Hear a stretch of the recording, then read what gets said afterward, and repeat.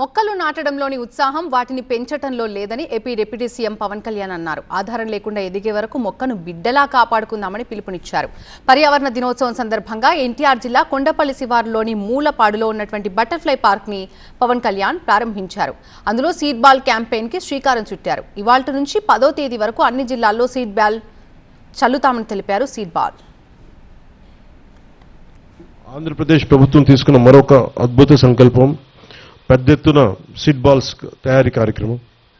ఈ పర్యావరణ దినోత్సవం రోజున పర్యావరణ పరిరక్షణ కోసం 2.5 కోట్ల సీడ్ బాల్స్ విత్తనాల బంతుల్ని తయారీకి శ్రీకారం చుట్టాం. ఈ రోజును మొదలుకొని జూన్ 15 వరకు 10 రోజుల పాటు అన్ని జిల్లాల్లో ఈ సీడ్ బాల్స్ తయారీ ప్రక్రియను ప్రజల సహకారంతో ముందుకు తీసుకెళ్తాం. మనం దాన్ని పూర్తి స్థాయిలో కష్టపడలేకపోతున్నాం. దాన్ని వంతుగా మీరు చెట్లు నాటడంతో పాటు సంరక్షించడంలో కూడా కీలకమైన పాత్ర వహించాలి.